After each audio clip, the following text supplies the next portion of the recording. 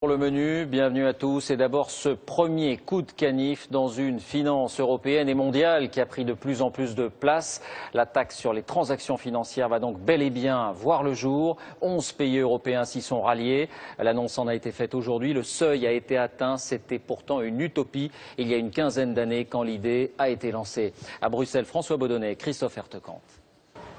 À leur arrivée à Luxembourg ce matin, les responsables européens eux-mêmes ne le savent pas encore. Autour de cette table, ce ne sont pas 7 ni 9 comme ils le croient, mais bien 11 pays européens qui vont dire oui à la taxe sur les transactions financières. Parmi eux, la France et l'Allemagne qui la défendent de longue date, mais aussi l'Italie, l'Espagne ou encore l'Autriche. Aux abonnés absents, le pays de la finance en Europe, le Royaume-Uni, il veut protéger sa city londonienne. En fait, tout bascule fin septembre lorsque le ministre français des Finances, Pierre Moscovici, et son homologue allemand, Wolfgang Schäuble, envoient une lettre aux autres Européens. Nous souhaitons vous encourager à une coopération renforcée, leur disent-ils. En clair, seuls les volontaires participeront. Alors sur quel principe le taux de ce nouvel impôt sera compris entre 0,01 et 0,1% de chaque opération effectuée en bourse? L'objectif est bien sûr de responsabiliser les marchés financiers. La France souhaiterait que les sommes récoltées servent à financer en partie les institutions européennes. L'Allemagne ne veut pas en entendre parler.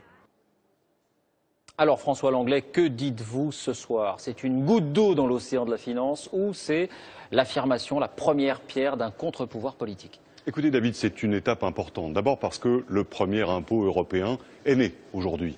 Il faut se souvenir qu'à l'origine, seules la France et l'Allemagne étaient pour cette taxe. Aujourd'hui, 11 États se décident et se déclarent prêts à la mettre en œuvre simultanément. C'est important parce qu'il y a là aussi un signe que l'Europe peut sortir de la paralysie, mais à une condition, c'est qu'elle renonce au dogme de la décision à l'unanimité. Décider à 27, c'est tout simplement impossible. Quel que soit le sujet, il y a toujours un pays pour faire obstacle au consensus. La seule voie possible pour faire avancer l'Europe, c'est la constitution d'un groupe de pays pionniers qui décident, qui mettent en œuvre ces décisions et qui, au fond, suscitent l'exemple auprès des autres pays européens. On peut d'ailleurs imaginer que cette nouvelle taxe sur les transactions financières, eh bien, elle fera justement des adeptes en Europe. Parce que dans tous les pays d'Europe, on a besoin de recettes fiscales nouvelles. Et dans tous les pays d'Europe, la finance est la victime fiscale idéale, j'allais dire, puisque les opinions publiques ne l'aiment guère. Voilà, entre 0,1 et 0,01% selon les produits, selon les transactions dans un premier temps. Merci François pour ces explications.